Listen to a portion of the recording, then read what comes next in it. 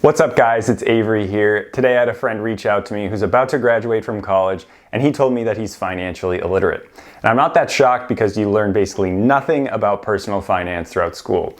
So I thought it'd be a great opportunity to make a video about money basics and things that you should do with your money in order to build your wealth and not follow the herd so that you're not living paycheck to paycheck and you can actually retire before the age of 65.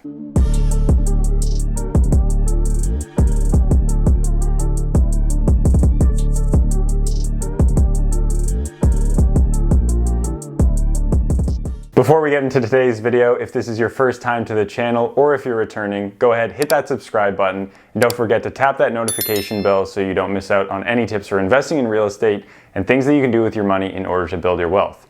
I also wanted to take a special moment to appreciate and be very grateful for those who have subscribed to my channel and liked my videos and watched them and commented and asked me to make more videos. As of today, as I'm filming, I'm officially monetized on YouTube, which was my goal for the end of 2021.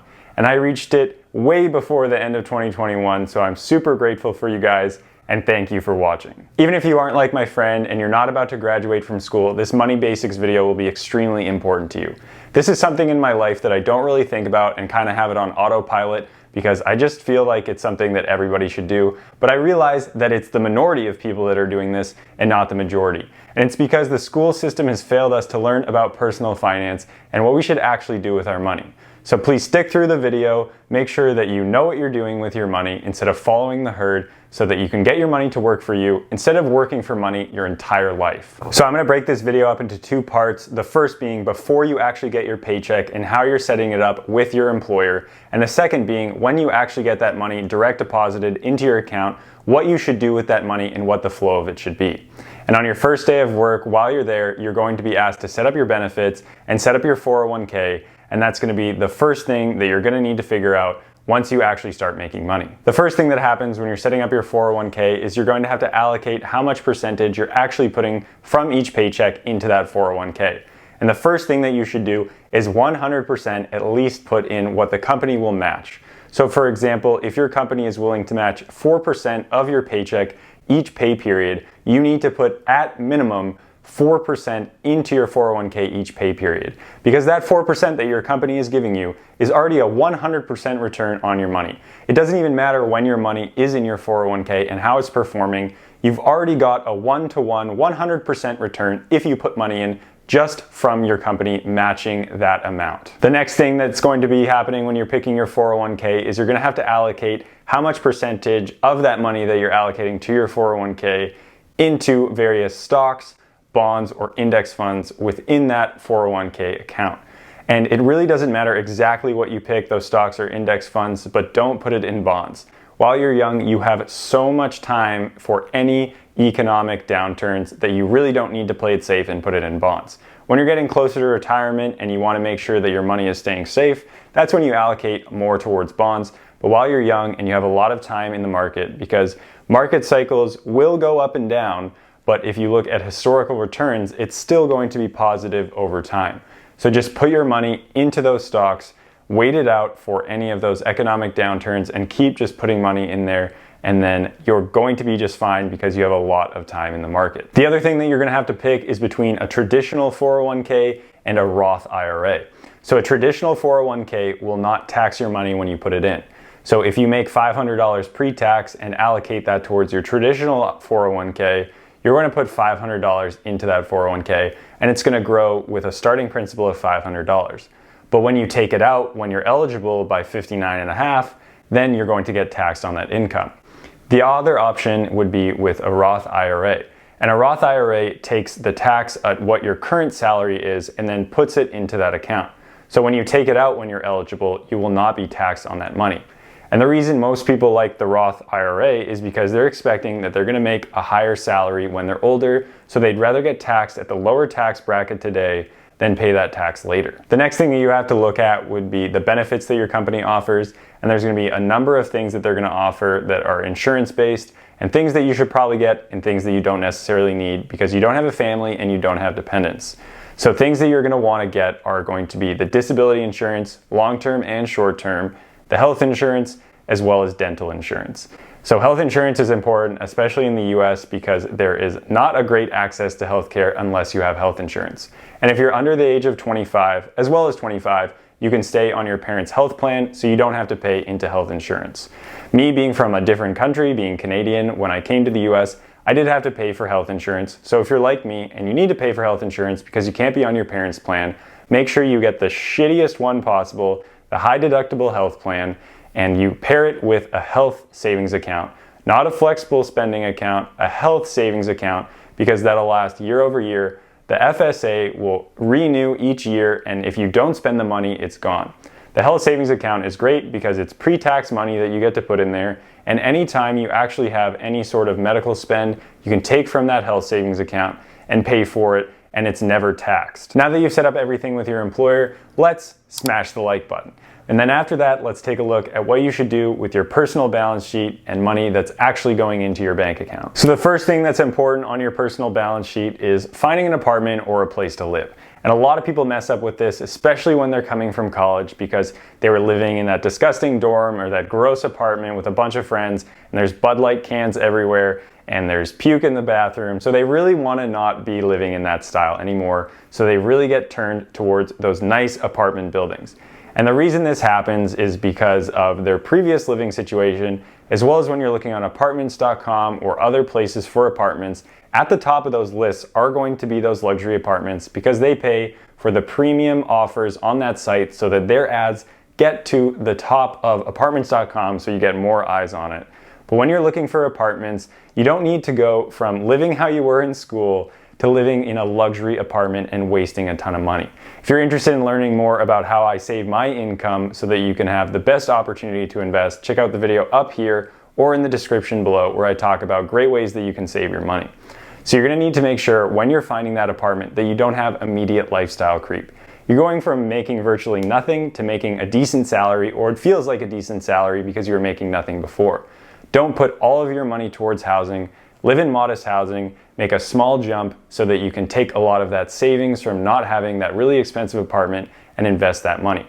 If you spend $400 less on housing each month and you invested that excess, over the course of 35 years, that would turn into an extra $500,000 for your investment account rather than wasted money towards a luxury apartment that you're not living in that much anyway. You're pretty much just sleeping there and then you're going to work. Another thing that you're gonna have to do is open up a variety of accounts where your money can actually flow to. So when it comes from your company, it's going to go direct deposit into your bank account, and that's important. You're gonna need some type of bank account so that you can actually spend money on things that you only care about and not money on things that you wanna spend on to impress other people that you don't care about. The other accounts that you're gonna need to open would be a high yield savings account. And if you want to open one, check it out in the description below, and you can help my channel out and get me a referral of an extra 0.2% yield. And you'll also get an extra 0.2% yield if you use my referral link. But high yield savings accounts are great because you earn a little bit of interest, but when your money's in the bank account, you earn virtually nothing. So you really should only be keeping in your bank account as much money that you actually need to get by and spend on things that you need, like groceries and food and rent and whatever, those major necessities to actually get you through the month. And the other account that you're gonna need to open would be an investing account. So you can open it somewhere like Vanguard or M1 Finance or Fidelity, and you can start investing in low-cost index funds, in other stocks, or whatever you're interested in investing in. And if you're interested in investing, check out my video on Investing 101 up here or in the description below. The next thing that's extremely important is when you're figuring out where you're allocating your money and how much money you're spending is actually tracking your expenses. So many people don't do this. Actually, a majority of people never even look at their bank account because they're scared of what they're gonna see when they open that account, and they're gonna have less money, and they just wanna think, if I don't look at it, then I'm fine, I'm not gonna have any money, I'm not gonna get into debt if I don't know about it. And that is a terrible way to think about it. Every single dollar that leaves your pocket, that leaves your bank account, write down so you know exactly where your money is going. But don't actually write it down on a pen or paper. There are many apps and many ways that you can track your money, like Personal Capital or using Mint. I actually personally like using Google Sheets so that I can make the categories how I want. But please make sure that you're tracking your expenses so you know exactly how much money you're spending, and you can figure out maybe where you're spending too much money, or you can figure out how much money it actually takes for you to be happy each month so that you know exactly how much money you need and figuring out where you need to be if you want to retire early. The next thing would be don't have lifestyle creep. So you're going from this crappy apartment, or maybe you're going from a high cost of living area to a low cost of living area, or you're getting an increase in salary in your job. Don't change your lifestyle that much. Only spend on what you care about. That's the number one thing that I always talk about. And don't buy stuff that you don't really need and don't really want. Just because you get an increase in salary doesn't mean you need a nicer place to live. Maybe if you were living in an absolute dump, you could upgrade a little bit, but you don't need to go from the medium apartment to that luxury apartment or get a bigger house just because you're making more money. That excess that you're now making should be going towards investing.